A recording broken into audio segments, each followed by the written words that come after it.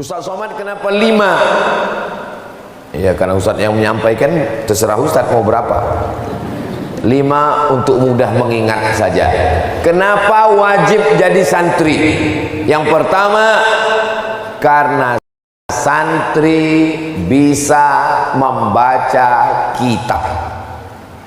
Kita sekarang mau baca Al-Quran.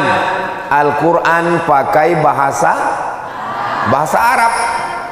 Hadis Sahih Bukhari, Sahih Muslim, Sunan Abi Daud, Sunan Tirmidzi, Sunan Nasai, Sunan Ibni Majah, Muwatta Malik, Sunan Ad-Darimi, Musnad Ahmad bin Ambal, Musnad Daud Tayalisi, Musannaf Ibni Abi Syaibah. Semua kitab-kitab hadis memakai bahasa Arab. Kalau kita buka kitab mazhab Syafi'i, dari mulai yang paling kecil matan takrib, naik ke atas Fathul Qarib, sampai ke atas I'anatul Talibin, masuk kitab yang besar Majmu' Syarah Muhazzab, Raudatul Talibin wa Umdatul Muftin. Mau pakai semua mazhab, Bidayatul Mujtahid wa Nihayatul Muqtasid. Mazhab paling tua Imam Abu Hanifah, terkenal dengan Imam Hanafi, meninggal tahun 150 Hijrah.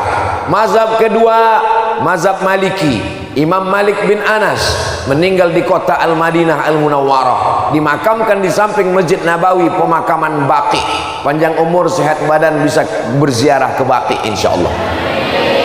Meninggal tahun 179 Hijrah. Dia punya murid namanya Imam Muhammad bin Idris Asy-Syafi'i, lahir di Gaza. Sekarang Gaza sedang dibombardir oleh Israel. Mudah-mudahan dengan mujahid fisabilillah Allah menolong Gaza. Dari Gaza dibawa oleh ibunya ke kota Makkah Al-Mukarramah, belajar kepada Imam Sufyan ibnu Uyainah. Setelah itu dilanjutkan lagi ke kota Al-Madinah Al-Munawwarah, belajar kepada Imam Malik bin Anas, meninggal tahun 204 Hijrah di Fustat, sekarang namanya Kairo. Lalu kemudian imam yang keempat, Imam Ahmad bin Ambal, makamnya di Baghdad, Irak, meninggal tahun 241 Hijrah. 4 mazhab besar dalam ahlu sunnah wal jamaah. Walaupun banyak mazhab-mazhab yang lain, ada namanya mazhab Ibnu Abi Layla, ada namanya mazhab Sufyan, ada namanya mazhab Al-Auza'i, ada namanya mazhab Yahya Ibnu Ma'in, ada namanya Yahya mazhab Abdurrahman Ibnu Mahdi, ada mana mazhab Laits bin Sa'ad. Tapi mazhab yang terkenal adalah 4: Hanafi, Maliki, Syafi'i, Hambali. Semua mazhab ini memakai kitab bahasa Arab. Jadi kalau adik-adik sudah berada di Ar-Risalah, insya Allah ibarat orang masuk ke hotel, dikasih kunci dalam bentuk kartu, kartunya bebas akses, bisa masuk kamar pakai kartu, masuk lounge tempat minum-minum yang halal pakai kartu, masuk ke tempat swimming pool kolam renang pakai kartu, masuk ke tempat game pakai kartu. Kalau sudah satu dipegang, bisa masuk ke banyak akses. Kartu itu bernama bahasa Arab.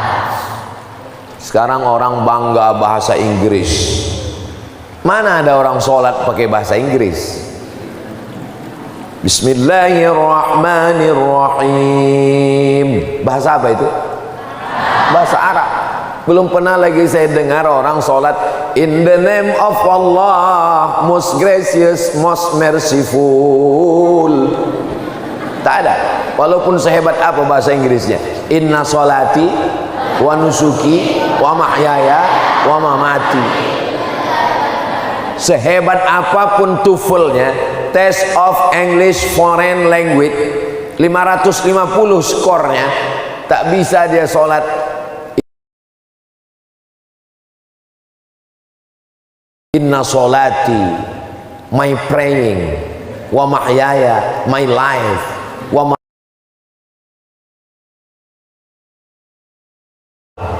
tapi bukan berarti anak pesantren tidak bisa bahasa Inggris.